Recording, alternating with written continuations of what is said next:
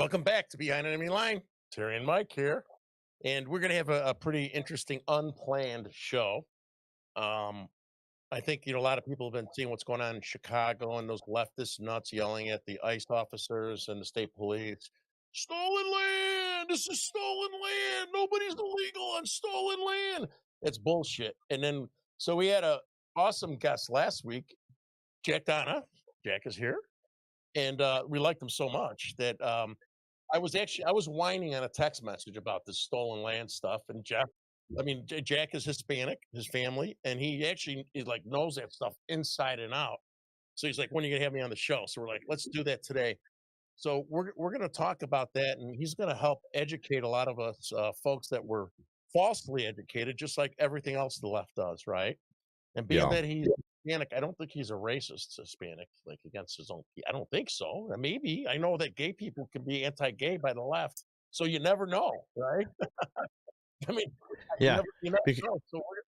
Yeah, so I'm excited about this because I had to sit there and listen to these guys yell and scream and swear in the faces of the ICE agents and over and over again about the stolen land. You got all these white Karen leftist Democrats crying about something they know nothing about. So we're going to educate you with Jack's help and the little videos. Um, Before we jump into the intro, right, to level set everybody, I just want to make a quick comment. Everyone knows I had court yesterday against Joseph Severino for the stalking order. Unfortunately, it's bad news, good news. The bad news is the judge dismissed it, not because he was right or anything.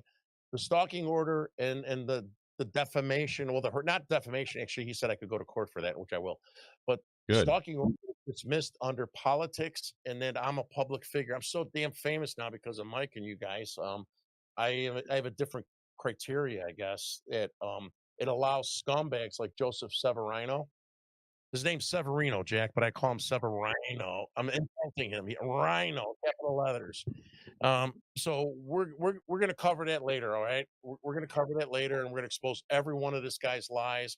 We're gonna take him out of the primary, send him back to the trash where he belongs. Okay? So just hang tight, folks. All right, so we're gonna show you a couple clips here that'll help people understand a little bit about what's going on, what the left says, some responses from Charlie Kirk and others, and a little PragerU video that will do a level set to get you a little bit on the same parallel as Jack as he starts explaining some of these things to us. Okay, so here we go.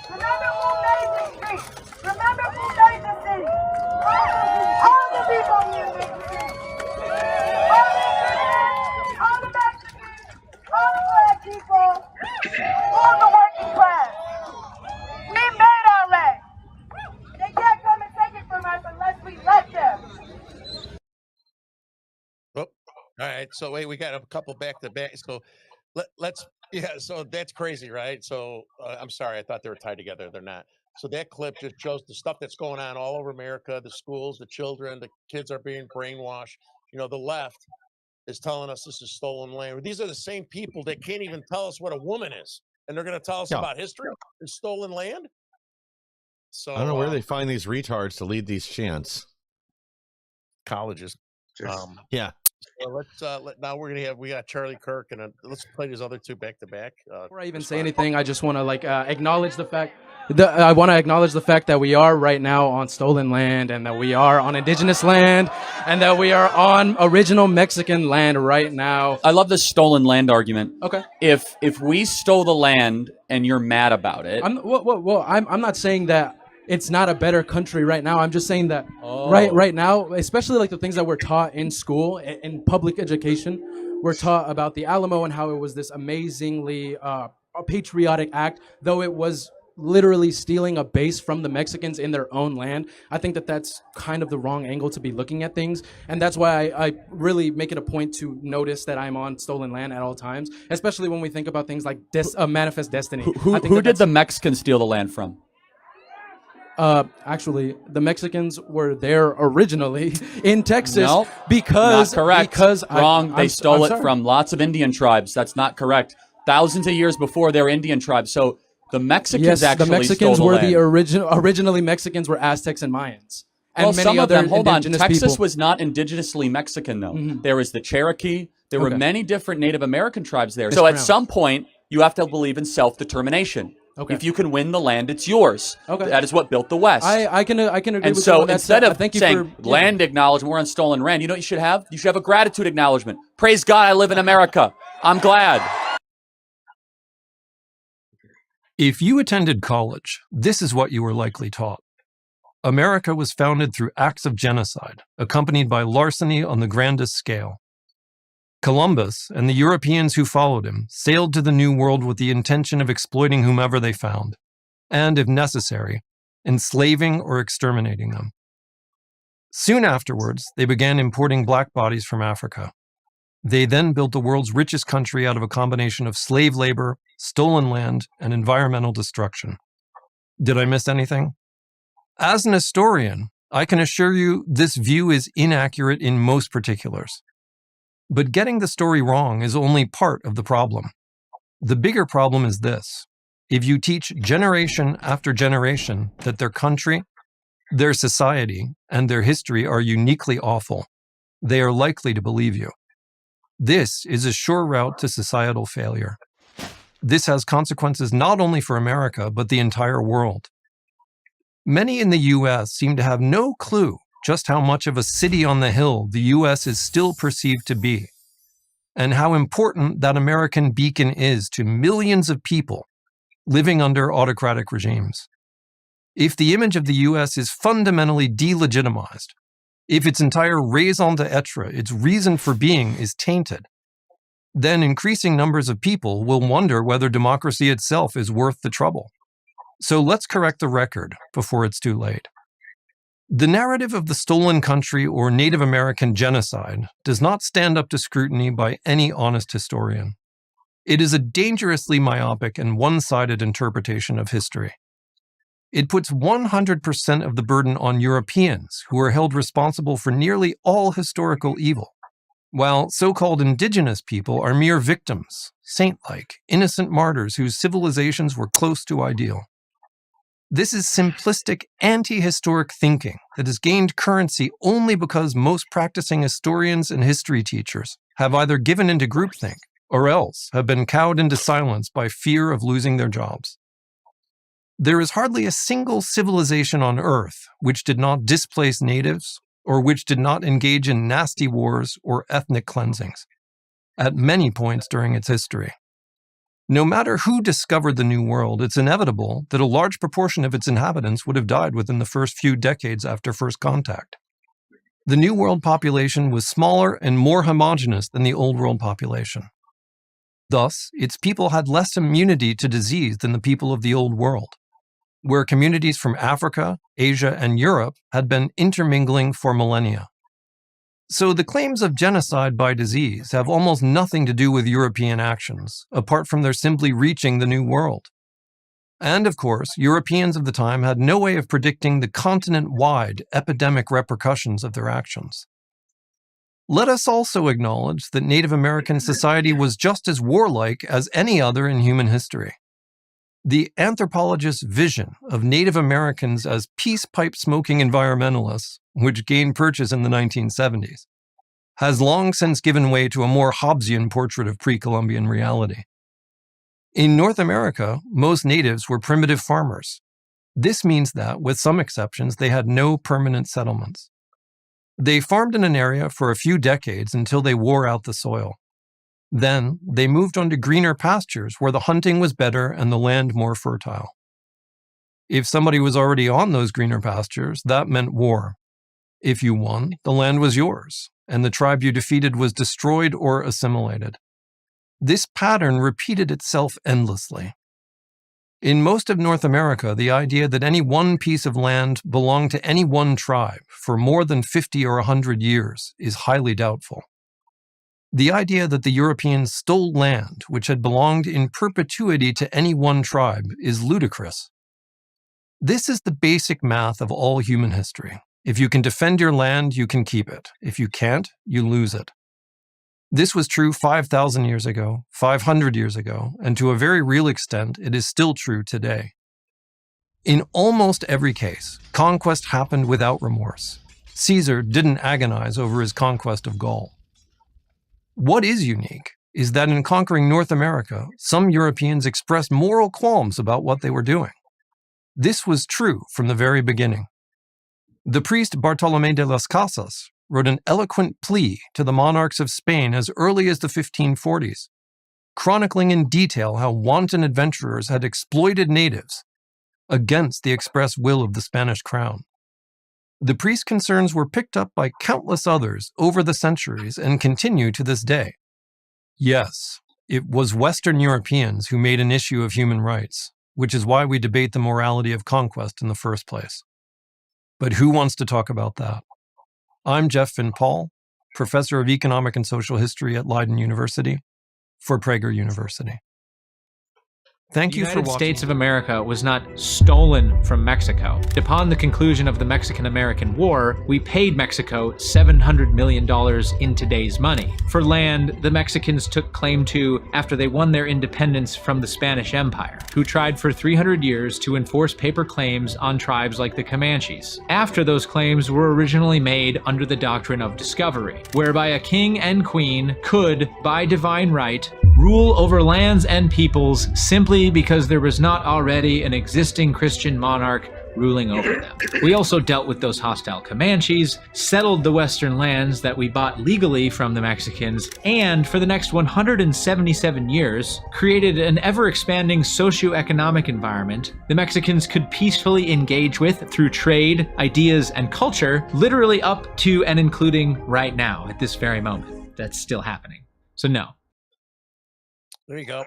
So now that our history class is over with and we're all leveled up and educated, so we can peel back the onion with a little help from Jack, who's here. And before we hand it off to Jack, I know, Mike, you're like a wealth of information. Anything you want to chime in here before we let Jack pick it up? Your microphone. Right. Sorry, I muted during the thing because I was coughing. Sorry about that. But I always like how, this same narrative of stolen land is only selectively applied. They certainly don't want to talk about Israel, being the historical home of the Jews until, Muhammad had a dream and a magical unicorn took him over there to show him that was destined to be Islamic land. But, why don't we talk about another country? What about Turkey? They had a history too, pre-Islamic history. That land was stolen by the Caliphate.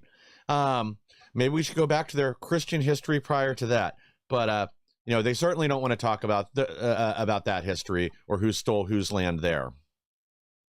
Well, thank you very much. So, Jack, why don't you? So I love having Jack on, not only because he's a great guest, but he was an intelligence officer, so I feel more intelligent by having him on here because he knows so much stuff.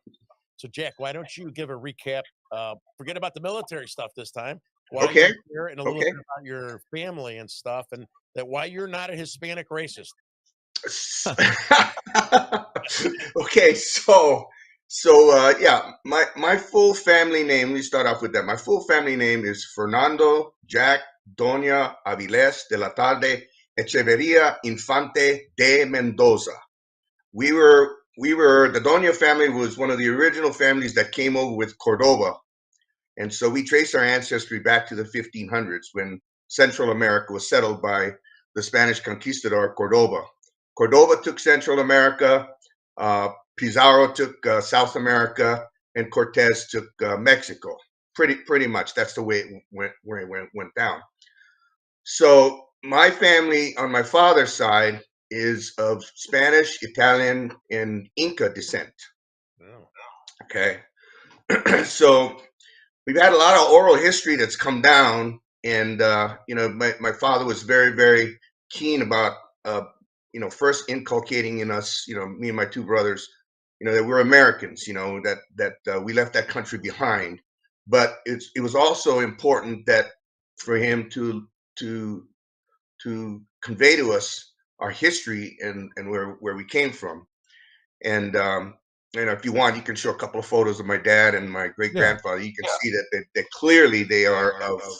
Yeah, that's my dad when he first came here from Panama Canal Zone into San Francisco. That's his passport. That's him in I believe 1953 when he joined the Air Force. You can clearly see he is of Indian, Italian, Spanish descent. And then the next one is and this is a special photo I'm sharing with you guys. This has never been seen before.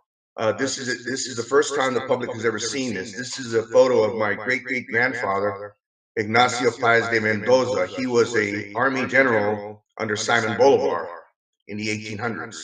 Oh. So we know our family history. We know where we came from, and so let's talk first about the whole thing of stolen land. And there was a video that you sent me where the gentleman was saying, "Get off my stolen land! Get off my stolen land!" And he started mentioning something. He started asking people in the audience, where was your grandmother born? Where was your grandmother born? Now let me explain what that means, okay?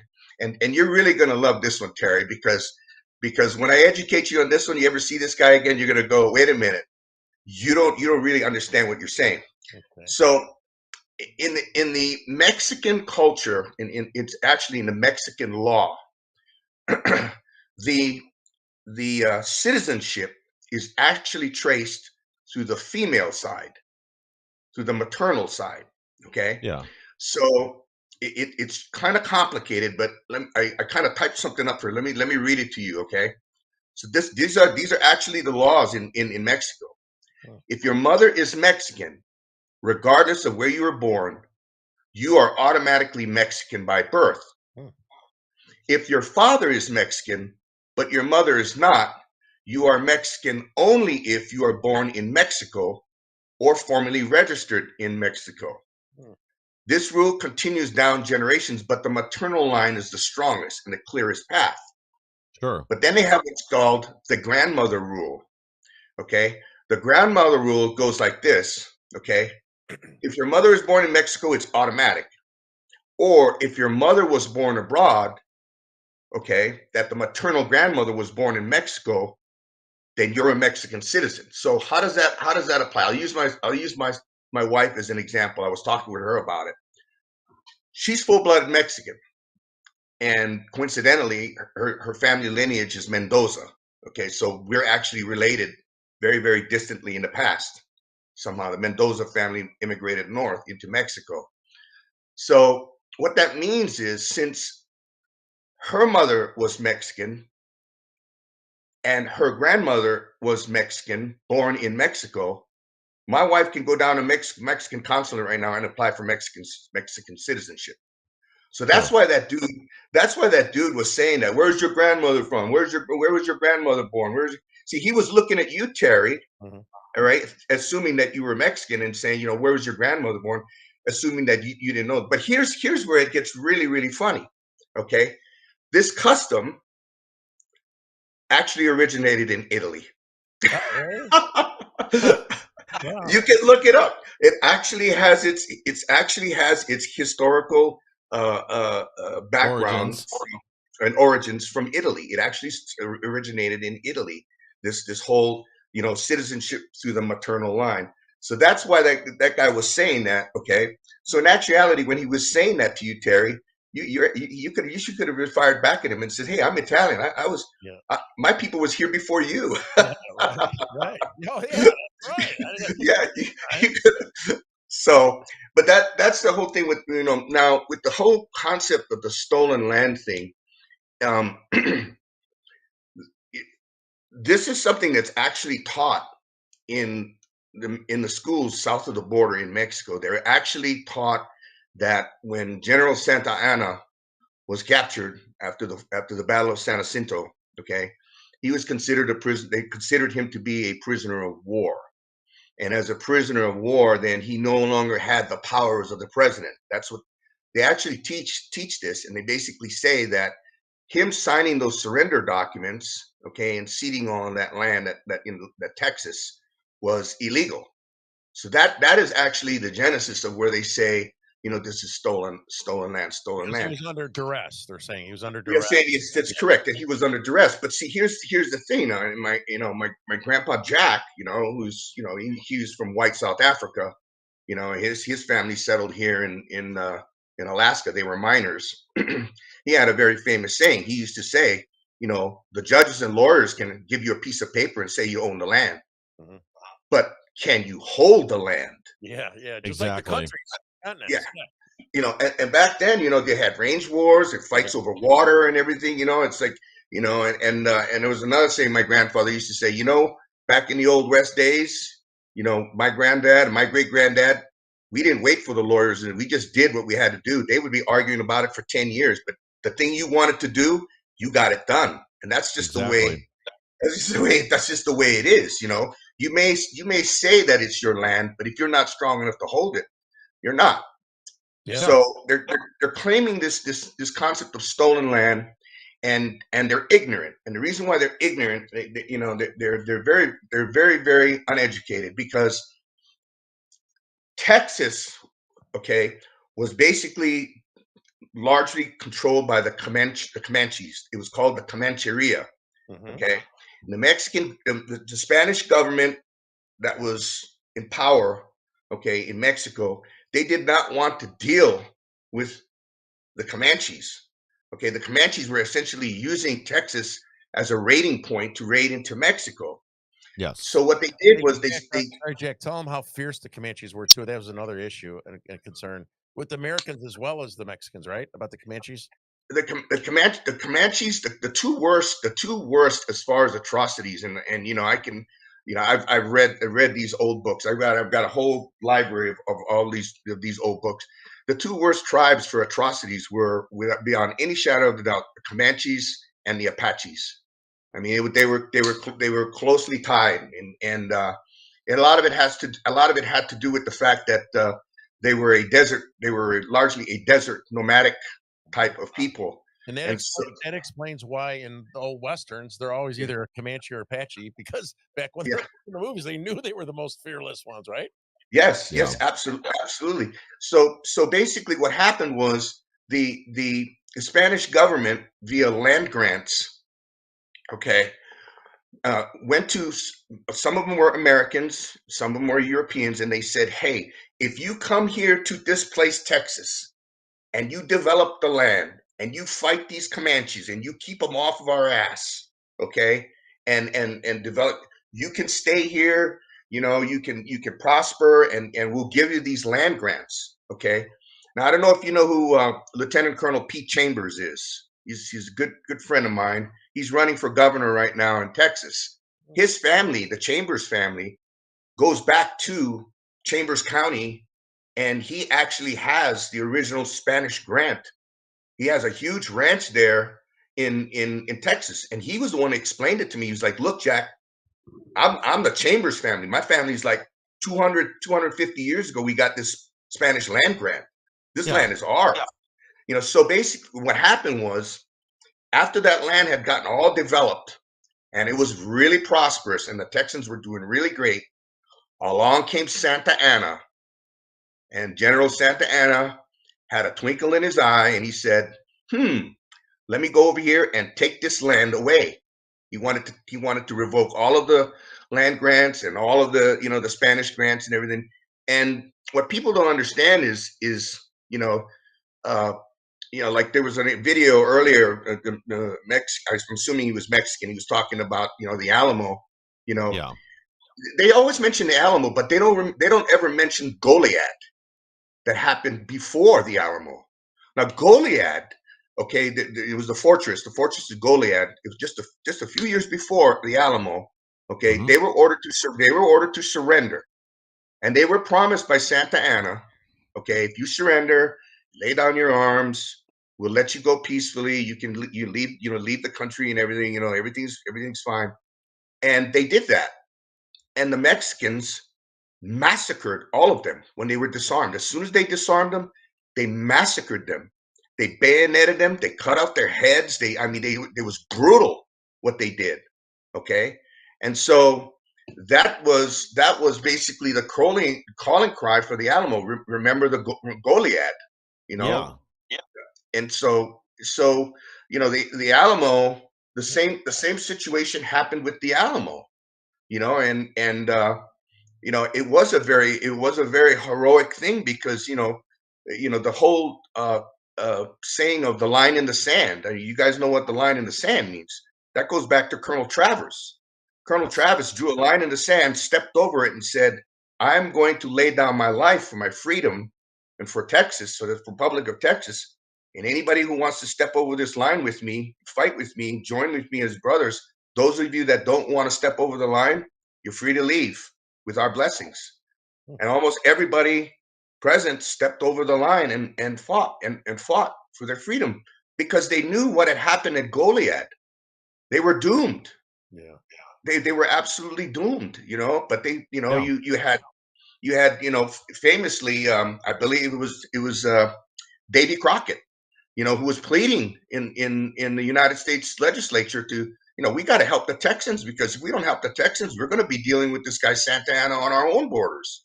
Yep. And finally, he famously stood up in the well of the I believe he was a senator. I'm not sure, senator or representative. I think he might have been a representative. He famously stood up in the well and he said, "The hell with all of you! I'm going to Texas. I'm going to go. And he died. He gave his life there. So did Daniel Boone. So these people that say they claim stolen land. The depredations and the horrific things that here's one of Santa Anna's very, very famous things that he used to like to do. He would go into a village, okay? He would pick out the prettiest virgin girl there. He would have his priest marry him, okay? He would sleep with the girl, okay? And then, against the family's wishes, and and then the next day he would have the priest perform a divorce. Really? Yeah, that's how bad this guy was a real dirtbag. Why would he give a shit if he's such a scumbag? Was it for religious purposes, to get married then divorce the next day? Well, he wanted to stay on the right side with the religious leaders in Europe, because there were still ties there to Europe. But I kind of did that with my first wife, but sorry. but this nonsense, even after Texas became part of the United States, this nonsense with Mexico continued, and that's why the president had to send General Taylor and I forgot the other general's name, General Scott, Winfield Scott, and led their armies down there, and Mexico was conquered. Mm-hmm. And it was brutal. It was a brutal battle. I mean, they crossed over into Brownsville, and then they fought in Tampico, and it was city by city. And the Mexicans didn't just lay down for them. I mean, they had booby traps, they had snipers. They destroyed their own lands and everything as they retreated, till finally Mexico City itself fell. And the Mexican people, they don't understand that that we could have kept Mexico. Yes, that was we could have kept Mexico. There was nothing that could have stopped us from just saying, this is the whole peninsula, this whole thing is ours, all of it. Right. But we didn't. We didn't. And within, I think it was within 2 months, the American forces began withdrawing. And the Mexican Assembly reconstituted their government, and they elected Benito Juarez. Now that brings up a whole nother line of why is Mexico the way it is today? Okay, what did Benito Juarez do? He immediately began implementing very, very liberal policies. He was a good guy. He was a mestizo. He was Indian. You know, I mean, you can pull up a picture of Benito Juarez and look at him. He is absolutely has no European blood in him whatsoever. Mhm. So what he did was he started implementing land reforms, and he started taking the land from all of these rich Spanish people that were exploiting the people. Okay, it was like something like 90% of the arable land, water, and mining was owned by a very small group of people, Spanish families. And so what he did was he did that, and he auctioned it all off at a fair market value. Okay, paid the landowners, the fair market value, and he empowered the people. Well, landowners didn't like that. They lost all their power. So what happened? Benito Juarez was the president. He was duly elected. They had a functioning constitution, and lo and behold, as soon as the Civil War broke out in 1861, here comes France. Well, look at here. United States is busy, fighting it out over there on their land. Let's go take Mexico. And that's what they did. They came in with and they installed an emperor, Maximilian. Emperor Maximilian. And so Benito Juarez was basically a president, a duly elected president in exile, okay, fighting for his people, for their freedom and for the rights that was under the Constitution. And eventually, his guerrilla forces became victorious when the American Civil War came to an end. Immediately, the United States government began funding the guerrilla effort to get Maximilian out of there. The French threw up their hands and said, "This is too much for us. This is too much for us. This is a bad move." A preview of future French military history. Yes. And then Maximilian. I mean, it's kind of funny. His famous last words were before they executed him was, because his wife had told him, "You need to leave with me," because his wife left like a few days before, and so his famous last words were, "I should have listened to my wife." That's actually pretty funny. They executed. They executed him. So Benito Juarez comes in. Okay, sorry. Okay, he's back in power. All right, everything's going great in Mexico. All the reforms are, but in the background, you still had these rich elites. I call them the Mexican elites. Hint, a preview. They're still in power down there. So they were scheming in the background. Okay, and all this. Benito Juarez passes away. And so there's a struggle for succession, and Porfirio Diaz takes over. Okay. Porfirio Diaz was a general under Benito Juarez, but he was rather cut from more of a, he had a tyrannical air about him. And he was not very well liked by the common folks, by the mestizos, the Indians down there in Mexico. And so the landowners get together and they start a guerrilla warfare to try to overthrow Porfirio Diaz. And that's called the Sugarloaf Revolution, which is basically the big sombreros. You had Emiliano Zapata in the south, and you had Pancho Villa in the north. And it basically destroyed the Mexico.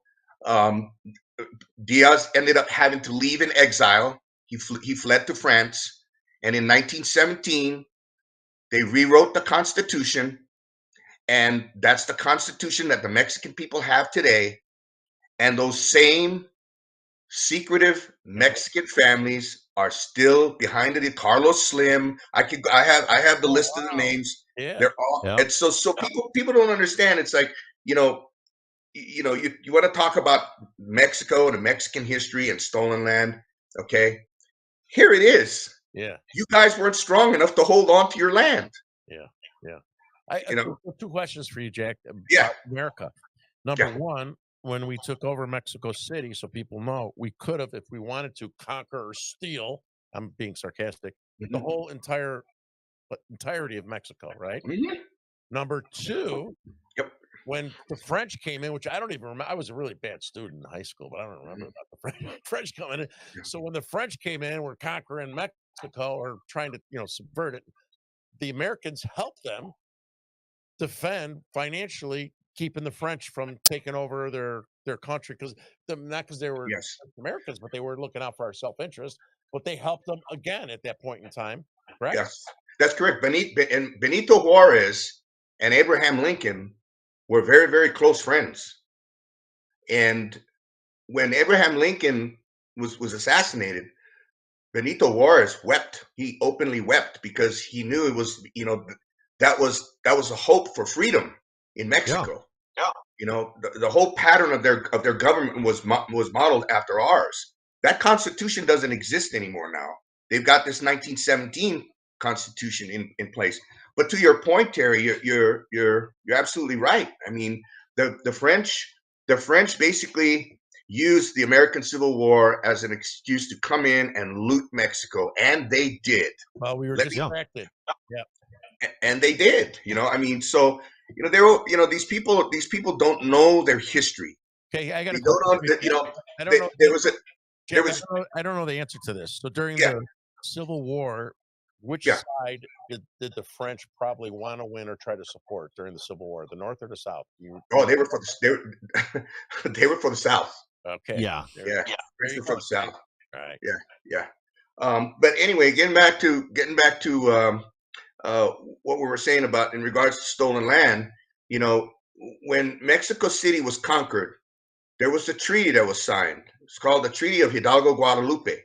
Okay, and in accordance with that treaty, okay, like was played in the video, we paid what $18 million, something like that for all of this land. Okay, now here's where it gets kind of complicated. All right. We have a subsequent treaty called the Gadsden's Treaty. And the reason why we have the Gadsden's Treaty is because of this guy right here. This guy right here, I don't know if you can see this or not. Go the other way. There you go. Other way. There you This go. way? Yeah. Okay, so this guy, John Russell Bartlett, okay, he was designated to draw the boundary line for the United States and Mexico. But he used an erroneous map. I'm not going to go into all the details, but he used an erroneous map that because the Treaty of Hidalgo Guadalupe said that from Texas, the Rio Grande, Paso Norte, back then they didn't call it El Paso, it was called Paso Norte. El Paso was going to be the tip furthest most east, and then a line going west to California.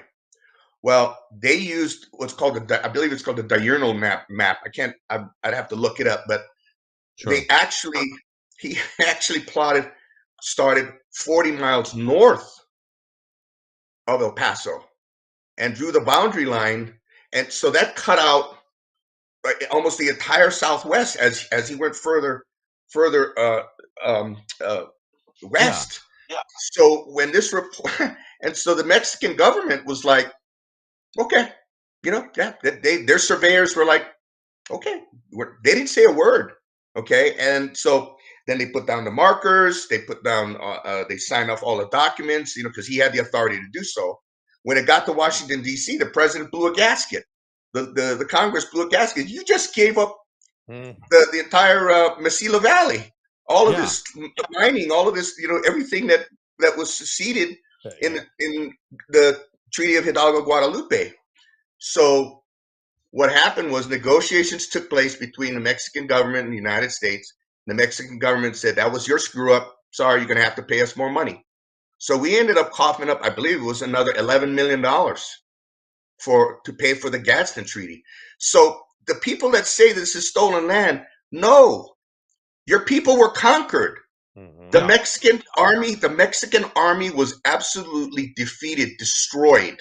Mm-hmm. It was destroyed. They threw down their arms in Mexico City, and they were routed completely and totally. And then after that, we didn't have to do this. We let them have their land back. Mm-hmm. we paid for that area that we wanted, and the reason why we wanted that area of that southern area, besides its mining and everything, was because it was the only place that they could run a southern railroad. It was the That makes southern sense. railroad route. They needed that. They needed that flat land, because any further north, it was geographically problematic. Yeah. So Sure. this whole concept of stolen land is just ridiculous. So, It's yeah. ridiculous. So let's level set for the leftists that are watching us, right? Oh, we Yeah. conquered them. Oh, that's bullshit. We shouldn't have conquered them. Let's go back to Italy and Greece, Spartans and the Romans, and what they did, and what parts made up Italy, or anywhere in European countries for that matter. Since the beginning of man, and we said that in the very beginning, right? Yeah. It's been going on since the beginning of man. Prager, you said that. Now, is it getting better over time? Yes. I mean, obviously, but it's a fact of life. I mean, we even modern day, we have squatters coming in and taking over houses and stuff, and the Democrats are sticking up for them. They take somebody's property over. This is on a broader scale of what was normal back in the day. And the Well, this is a form of Marxism. This whole squatting Yeah. thing and the left. Because if you study the Bolshevik Revolution, that was what they did. I mean, anybody who had a big wealthy mansion, they would basically say, "Hey, you've got 5 extra rooms in here. We're moving people in here, and you don't have anything to say about it." Oh, I didn't know that. So, yeah, this is all documented in the Bolshevik Revolution. But I wanted to make one more point about this whole thing with stolen land and the conquistadors. And this is the family oral history I wanted to share with you. 22, maybe 25 years ago, I went to visit my dad, and I told him, I said, "Dad, you got to see this movie. You got to see this movie." And it was the movie Apocalypto. Yes. And dad was like, "I don't want to see them." And I was like, "Dad, you really got to see this movie." So I put the movie on, and my dad sat there, and he was just mesmerized, especially the open sequence, with the ziggurat, and the human sacrifice and everything. So we watched the whole movie, and after it was over, my dad just sat there, and I left and I asked him, I said, "Dad," I said, "those were our people. How did they get so degenerate? How did they get like that?" And my dad looked at me and he said, "I'm going to tell you something that's been passed down to generation in the Doña family. What did us in was drugs. They discovered the coca leaf, the cocaina. Everybody started taking drugs and more drugs. And then they started, their minds became warped, and they got into human sacrifice." He says, and by the time the Spaniards got there, he says, they were not anywhere near their apex. They were on their way out. Yes. And so when by the time the Spaniards got there, and then that video that you also played was correct. I mean, they had virtually no resistance to any of the European diseases that but to the point of the ignorant people, okay? Medicine had not advanced to the point that they understood these things about the biological effects, about having natural resistance to certain diseases. So yes, of course, 40-50% of the indigenous populations succumb to the pox and other various diseases, but this has happened repeatedly, cyclically, for thousands of years. This was not malicious intent. It was just No, knowing. no. Yeah. Now to your point, now, I've only found in all of my readings, okay, one verifiable instance where the United States government did go after the Indians in kind of a kind, but it was warfare. The Indian wars were going on at the time. A lot of people say the longest war in American history was the Afghanistan War. No, it was not. If you look up in the Veterans Administration website, the medal for the Indian Wars spans almost 40 years. Wow. We were at war with the Indian nations for 40 years. So what they did was they hired buffalo hunters to start killing off the herds, because that was the main subsistence for the Indian nations, the buffalo. Yeah. Okay, Yeah. they knew that. They knew that. So it was a form of, but again, it was a form of warfare. You know, Yeah. I mean, starvation and privation is a form of warfare. You know, Yeah, and that actually so ended up affecting a lot of the U.S. settlers that were headed out to Oregon as well. They were relying Yes. on the buffaloes as a food source on the Oregon Trail, and once Yes. the government started killing off all the buffaloes, it led to a whole wave of starvation along the trail, because it wasn't just the buffaloes.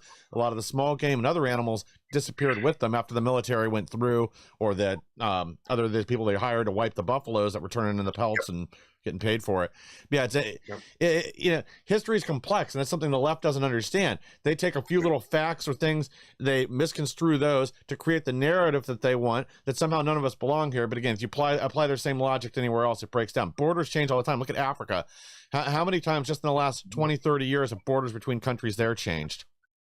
Yeah, and then speaking of malicious intent about diseases and stuff, right? Clearly, there was no malicious intent on it. There was no. They couldn't even control stuff themselves amongst diseases in Europe, right? But if you want to talk about malicious intent and immune systems, let's look at China and COVID. That was malicious intent on what they did. Yeah. Different story, different discussion. Another thing I wanted to point out, Jack, is they act like, and they said this is the PragerU to come over. These are innocent people, and they were the peace pipes and all the goodness and all the stuff, right? Yeah. And we talked about the Apaches and the Comanches, but why don't you tell a little bit about the Mayans and the Incas? And you talked a little bit about the drugs and human sacrifice. They were pretty brutal amongst their opposing sides as well, right? Oh, absolutely. Yeah, absolutely. You had the Incas were at constant war with the Mayans. The Mayans were constantly at war with the Toltecs. I mean, the Toltecs were constantly at war with the Aztecs, and the boundary lines they moved. They moved, and they were very, very, very fluid. And so you can go back to, okay, so let's take North America for example. Okay, that one Prager video talking about the different American Indian tribes, and you could look this up. There are actual excavated sites here in North America that indicate that there were Mesoamerican Aztec type people that lived here, like Yes. way before the Indians showed up. Okay, so and then you could also make the argument that at one time the peninsulas between in the Bering Strait was connected. They were Russians. Those are the indigenous Russians. Yeah. So to again underscore your point, we don't know who it was, but somebody wiped out the Olmec. That was another civilization that used to live in Mexico and South America. We don't know exactly what happened. They left beautiful art and sculptures and the giant head statues you guys have seen. Somebody wiped them out. We just don't know who it was. Hey, Jack, Yeah, do you know when the Americans conquered Chipotle, what year that was, and they brought it to America? I was like, wait, what? I'm sorry. I got to throw one of those in there every once in a while. Oh my gosh, that's hilarious. That's a good one. I mean, like, okay, here's a perfect example. Okay, let's take Cuba. Okay, Bautista was there along with all of his fat cronies, and it was a lot of it was had ties to the mafia, as Terry. I mean, there was a lot of mafia influence down there, and along comes this guy, Castro, and he's running around in the hills, and he starts recruiting people, and all of a sudden, he starts a guerrilla warfare, and here comes Bautista, just all of a sudden says, I'm leaving, and good luck, everybody. And Castro just rolls in virtually unchallenged and takes Cuba. So it's the same thing again. I mean, it's like if you're not strong enough to hold your territory and hold your land, you're going to lose it. Yeah. And this is a cycle that repeats over and over again. And what I find especially uh, amusing and sardonically amusing is these people that are in the streets waving the Mexican flag. They're doing violence. Mhm. They're assaulting our government troops. And so far we haven't had a Kent State situation, where but I think it's coming. Yes. Because what are you going to do when you're firing industrial grade rockets at these guys, and and and I have I can go on and on about that myself. I mean, I think something's wrong with the ROE, the rules of engagement for these guys. They Yes. should at least have they should at least have these big billy clubs Yes. out. I mean, they're over here fending these people off with their hands. I'm like, somebody's going to get, Without a doubt, I reposted today. You know what a rammer is, Jack? no. They have rammers in Chicago. Actually, I tagged Holman and those guys today. So these idiots are part of the Latin Kings and the something, I forgot the name of it. Mara Saratuta. Yeah, gang members, right? Yeah, These yeah. idiots got their masks on and stuff, and Yeah. they're rammers. They're there to ram ice, and they're bragging about it, right? I posted, it's got like 8,000 views. I posted it not too long ago. Yeah. But these idiots left their license plates, so I sent it to my ice buddies. I'm Yeah. like, here, they got there's license plates. They got their masks covered and stuff, and they're sitting there bragging. They're coming out like they're heroes for their people. They're Mexican people. We're heroes. We're here to save you. And the politicians, especially here, Pritzker and Johnson and those guys, they Mhm. are emboldening these people to think they're on the right side of history, and they're going to kill an ICE agent. They're going to hurt somebody, right? And they're thinking, and they might very well behind the scenes be protected by Chicago or state police or whatever, and they are emboldened so much that they're going on social media saying, "Hey, look at this," bragging about being rammers. They got trucks that ram into ice. A lot of this stems back to this ignorance and victim ideology stems back to our education system. But Bingo. I find it absolutely astonishing the restraint being exercised by the people who founded, the descendants of the people who founded this country, who fought the Indians, who fought privation, that struggled, fought a civil war, for freedom. It amazes me the restraint Yes. that is being exhibited by people who are being vilified. I mean, these same people. Okay, I'm just going to say this right now. These same people, these Mexicans that are waving the Mexican flag, okay, or whatever flag, Colombian flag or whatever, they're claiming, Yeah. they are racists. Yeah. They are racist, and I'm going to tell you the reason why they're racist. And I had this discussion with several people that were of Hispanic descent. I said, "You think it stops just with your last name? No, it's not going to just stop with your last name. Okay, you look at me. My skin is not white, but it ain't brown. Mhm. Okay, all right. I've told him. I said, "You think for 1 second this is going to stop?" I said, "You got blue eyes in your family? You ain't gonna pass the litmus test with these people." Mhm. No. I mean, that's how bad it's going to get. And I'm already beginning to hear it from these people. If you have a name like Cortez, okay, or anything, oh, you're a descendant of the oppressors. Mhm. So this thing that they're trying to ignite, Yeah. once it goes off, it's a life or death situation. Yeah, Jack. When you have a people, okay, that are advocating for the annihilation of a race of people because stolen land, Yeah.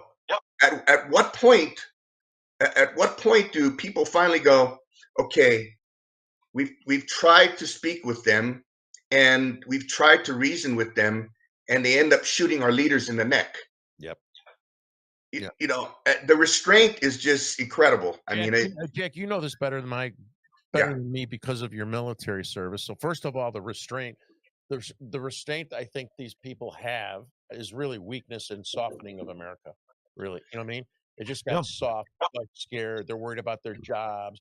Oh, there's going to be a civil war. We got all the guns. No, you got too soft, the Republic. You might have a gun. It's in your closet, and you shot it once, and you don't have the balls to go out in the streets and fight. I can't get fathers to come with me and say porn doesn't belong in our child's school, right? And they're not going to fight.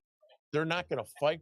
You know what I mean? And then the next thing is this is the communists using this as a weapon from within, and that's why I say Bingo. you know the military, and it's working.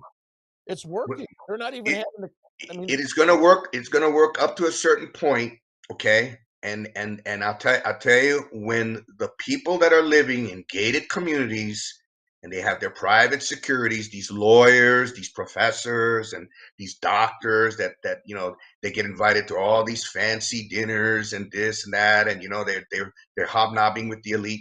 When those people start to feel the pain, then things will change, and they will Yep. change very rapidly. Okay, and you know what? Those gated communities and that private security, that's not going to help you. If No. for what these people have planned, you know, study the Bolshevik Revolution. Yep. Okay, we are in a color revolution. Okay, it's soft. It hasn't gone hot yet, but they're putting all the places in place for a Bolshevik revolution. Yeah. They're putting it all in place. That's why I'm doing it. You know, that's why I'm doing this at my age and going. It's like we got to fight for you know my relatives and that they fought for. Absolutely. You think for 1 second? You think for 1 second that I want to live? That I want to live like my ancestors lived? Yeah. Hell, I don't even go to Mexico. Yeah. I mean, you know, I got nothing against the Mexican people, but you know, I don't want. I mean, have you guys ever been to the border towns in Tijuana, the one right across the what is it? What's that border town that's right next to Tijuana, Juarez? Which one? El Paso is terrible. Nuevo Laredo. Yeah, I mean, you know, any of these border towns, you go to any Brownsville, you go to any of these, you know, San Isidro, that's the one I was talking about. It's like you're in Mexico. Yeah. You know, Yeah. I don't want to live in squalor and in filth and in you know, and what does that make me racist? Yeah, right. You know, Well, I it's mean, like it's like what Trump said. What Trump said about Haiti. He's right. Yeah, you got a guy named Barbecue that eats people running the country. Yeah, that's probably not somewhere I want to leave on my vacation list. But you're exactly right. Like, you know, people came here. This is where the disconnect is, and this is where the Marxism injected into our society is people used to come here to be Americans. And as you alluded to earlier, Jack, that doesn't mean you completely forget about your heritage or anything else, but people came here to be Americans. You know, I've talked about this before. My ex that was from Bolivia, they didn't speak Spanish in her house. You know, her brother, you know, learned it from them, but then was taking classes in high school and college so he could learn it because he was born here, because they came here to leave all the corruption and everything else in Bolivia behind and make a better life for themselves and their kids. And that's what it used to be. We were a melting pot because people came here to be America. Again, that doesn't mean you totally erased your past, but you came here to be part of a different group, to leave whatever it was you're fleeing behind. And as you were Americanized, you're accepted and brought into the rest of our society. All this nonsense now is invented. It's putting pressure points on the things that don't matter. Stolen land. Well, it wasn't stolen land, but you make idiots believe that long enough, they'll rebel against the country, and then they'll end up. I mean, look what's going on in Mexico right now. Their government's so corrupt. They're tied to the cartels. You've had protests going on there the last 3 or 4 or 5 days now with the youth wanting to overthrow the government because they're essentially a wholly owned subsidiary of the cartels, and they're tired of it. Mm-hmm. Yeah, hey, Mike, Yeah, I mean, the situation right now in Mexico is reached critical mass because, you know, it's threefold. What has happened is, one, all of that money that was flowing in from the NGOs channeling that massive migration, okay, that was the last stop. Okay, they threw down their ID cards and everything on it, and they crossed over penniless. Oh, give me government aid, United, you know. So basically, all of that wealth that was coming through the Darien Gap, you know. I don't know if you guys follow. absolutely. Oh yeah. Yeah, I mean, you know, so that's one. Okay. Second thing is this war on the cartels that's taking place right now. We got heavy hitters now hitting deep into Mexico now, taking out these cartel members. So that's affecting their bottom line. They can't human traffic. They can't move their drugs across the border anymore. And then the third one, which is really coming to crunch, is the reshoring of industry.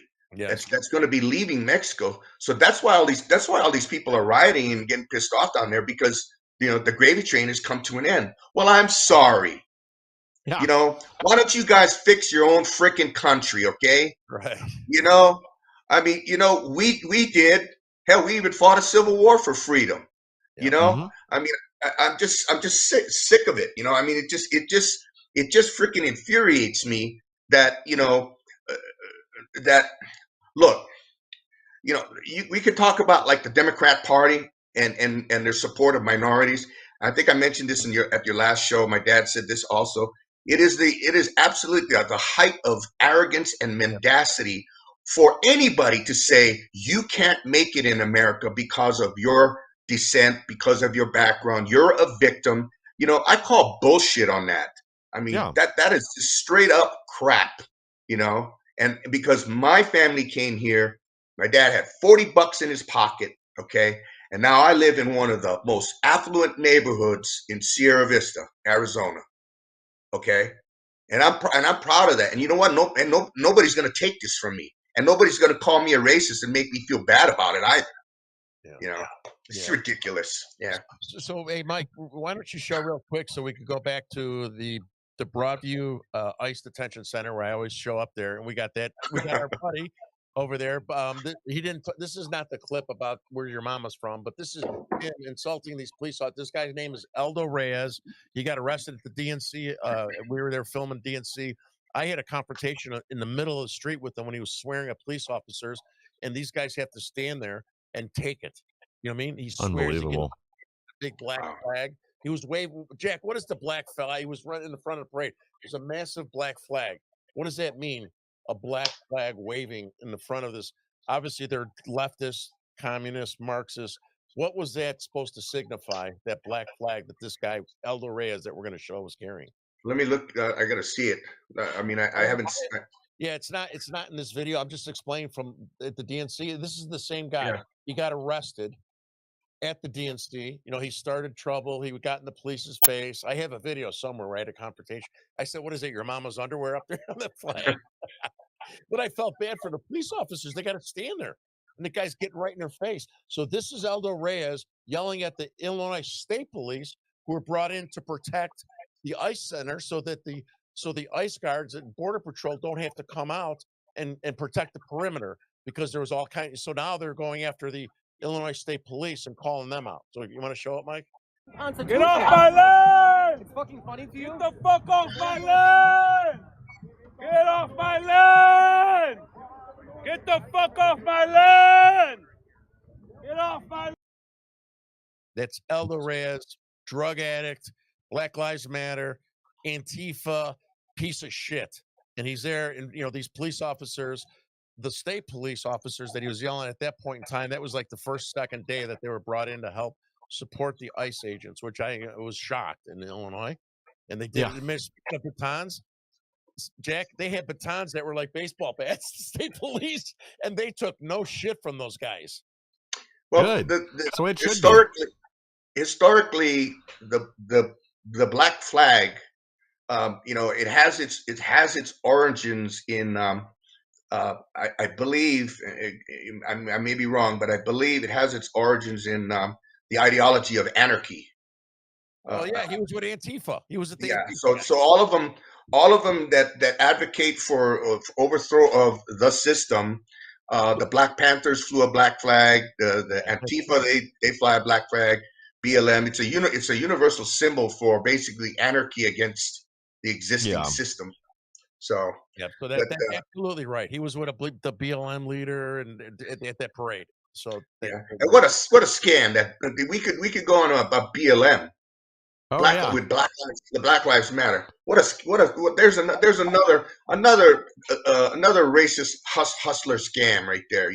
I got a question for you, because we're done. We're just about done now, so you could do a closing statement. But because you're a wealth of information on everything, right? Are you familiar with what happened with the drug cartels in Mexico and how that's affecting them.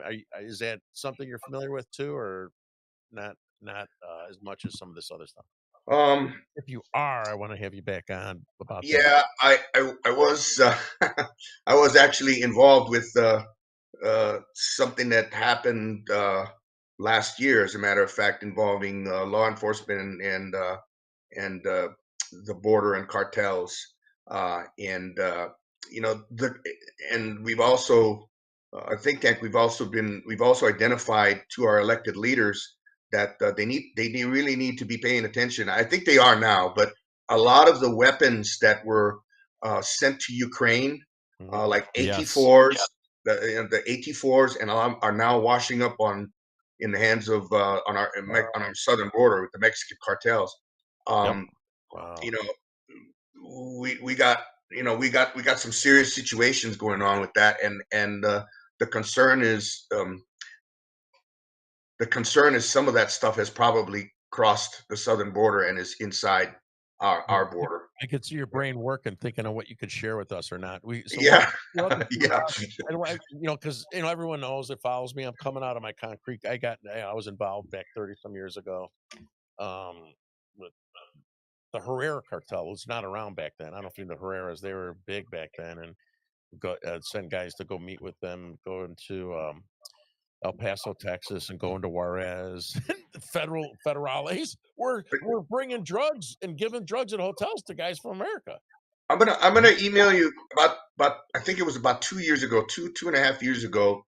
General Flynn, I had this discussion with General Flynn, and he sent me a document. It's from his group, Omni Intelligence, and it was a complete analysis of the southern border. I'm gonna send it to you, Terry, and you can send it to the rest of your chingos. But the only thing that was missing from it was the CCP angle. That was, but if you look at it, and I speaking with the general about it, the cartels have infiltrated so deeply into these southern border cities, especially here in Arizona, to the point of, some of these politicians,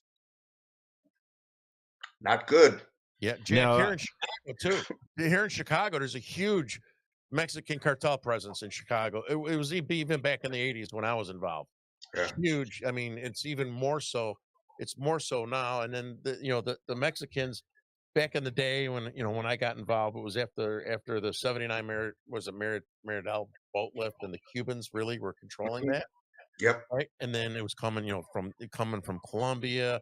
They would, work and interact. The Mexicans were big with marijuana and tar heroin back then. But then over time, they started controlling it, the distribution arm, right? And they became more powerful than than the South Americans, than the mob. And now they're everywhere. They're everywhere. And they're embedded not just in the border states and the borders. They're big time influencing here in the city of Chicago. Big time. And people don't understand how dangerous. And I reflect back on that. And I was stupid. I messed up. But the danger associated now with the fentanyl and the stuff that they're being integrated with China and trying to kill our people. It's like crazy. It's crazy. Fentanyl is essentially a chemical weapon. And I got a question for you real quick. Sorry, go ahead, and then I got a question for you. So the whole fentanyl thing, what that is that's China using the opium wars tactic against us. Remember the opium wars? How we destroyed them with the opium. Yeah, they did that with the British too in the 1900s. Remember, they started. So now they're using that tactic on us to kill our youth. Yeah. I don't know. Are you familiar with attorney John Thaler down there in Arizona? They talked about he had links to all this cartel bribery where they were using real estate in Arizona, but then they quashed it real quick. They never did any real investigation. I know the guy ended up releasing a book about it later. But he thinks these cartels are basically almost every politician in Arizona is bought and paid for. But instead of paying them with cash, they're handing over deeds to houses using these title companies that there's no oversight or regulation of, in order to do it, to launder millions, if not billions, of money to politicians in Arizona and 20 some other states, basically to get control there or get lax treatment, no drug laws. I mean, this is insane. This is something, as far as I know, we haven't really investigated yet. Well, I'm trying to remember her name. There was a representative that was removed from office Yes. She was Oh, and I used to communicate with her. I mean, she's a friend of mine. I haven't spoken with her for a year or so, year and a half or so ago. But I could tell you that that whole situation with the Thaler thing, um, Liz Harris. Liz Harris, yeah, Liz, and she's good people. She's a good friend, and I can speak to you guys about that, but I prefer to speak with Liz first. It's been a while before, it's been a while. Um, I am, I Well, let's am. talk off air in a minute. I don't think it's a stretch. I don't think it's a stretch for me to say that I am intimately familiar with the circumstances behind how that happened, um, how that all went down. Uh, Thaler essentially never delivered the goods for Liz. And I don't know. I have to check with Liz. I don't know if he ever has, but I can tell you this much. When that whole thing broke, there were several legislators, one in particular that went to the floor of the legislature, and he literally looked like he was trembling. He was so afraid. Yes. So I can't remember his name, but yeah, let me get with Liz and talk to her and see if get an update from her, and then if you want, I can brief you guys on the side, and if you guys want to talk about it, we could do something. Yeah, you know what we'll do too is I'll get one of my Or you could just get I could just talk to Liz and see if Liz will come on your show. Sure, and I'll get one of Yeah. my ex-DEA friends, and we could talk about, the Yeah. kind of the messaging around that. I could talk from the bad guy side, Yeah. even though since the 1980s, they became much more sophisticated. I mean, Yeah. being more powerful. The mob's been muffled. I mean, they're nothing compared to nothing, right? The reach, the control, the money, the power that these guys have is incredible, and people don't understand what's going on. I mean, they really don't. Between that, the communism, it's like we're under attack from so many From different all fronts. sides. And, Yeah. and I could imagine being in the military. How do you focus on? We have enemies from all different sides attacking us, Yeah. and then we got the Democrats and the media on their side, making it harder for us. Yeah. Yep. Well, thank you. Thank you very. You want to say want a closing statement or? I just everything that I said, in your show this evening, don't take my word for it. Go look it up yourselves. I mean, I read. I don't just go on the internet. I read books. I read actual books. Republic of Texas, Complete History of the Mexican War. I mean, these are old books that, from, 100 years ago, Wow. and so, because I found that you can't trust a lot of stuff Yeah. on the internet now. I Oh, have yeah. I have an encyclopedia set from 1963. They say that after 1963, after Kennedy got whacked, every encyclopedia set after 1963 is garbage. So I have a white edition encyclopedia set. It's kind of racist. What? It's kind of racist. Yeah, yeah, it's white leather. It's racist. But anyway, Yeah. but no, the message I have to your listening public, and especially to any Hispanic or Latino people out there, stop believing this bullshit. It's garbage. I mean, do you really want to turn this beautiful country into what Mexico is right now, or any of the Central or South American states? Is that really what you want? I don't think so. So educate your kids. Teach them how to speak English. Tell them about the United States government, the three branches of government, how our system works. Yeah. It's Well, stop embracing this nonsense. Yes. all these revolutionaries clearly don't understand history, because if they did, they'd know the revolutionaries always get the bullet first, because whoever ends up taking power knows they're the threat, because they know how to organize and they know how to overthrow a government. So those are the people you liquidate first. Well, thank you. I think that was your closing statement. Sounds good to me. You guys. Yeah. I do. All right, guys. Oh, sorry. Go ahead. Sorry. So we're going to have the Knights of Templar. I got a guy from Europe joining, and they have a huge following in there. And the Crusaders and stuff. I think we need those guys. I'm a Catholic. We need the Crusaders. Yeah. We need the Crusaders back to save us. We need something to do. Somebody to help. Yeah. Knights Templar, Knights of Malta. Yeah. Take your pick. Thank you, everybody. Yeah. Oh, yeah. And one quick thing. Yeah. Tomorrow morning, I'll be running a program. I recorded a couple of business leaders there in Chicago a few days ago. So it is pre-filmed, but they're going to kind of hone in on the real estate tax problem you guys probably saw explode in the streets yesterday on the South Side. And he's going to talk about how it's affecting his business with retail rentals, where now nobody can afford to rent to open a business. So if you're living in the Chicago area, tune in tomorrow morning from 10 to 11 Central. The insurrection will be right here on the same X American News. Everybody watching tonight, thank you for joining us. Please like, share, and subscribe. Help us to grow so we can bring more people the news they don't want you to hear. And we'll be back on Thursday with even more. Thanks again, guys.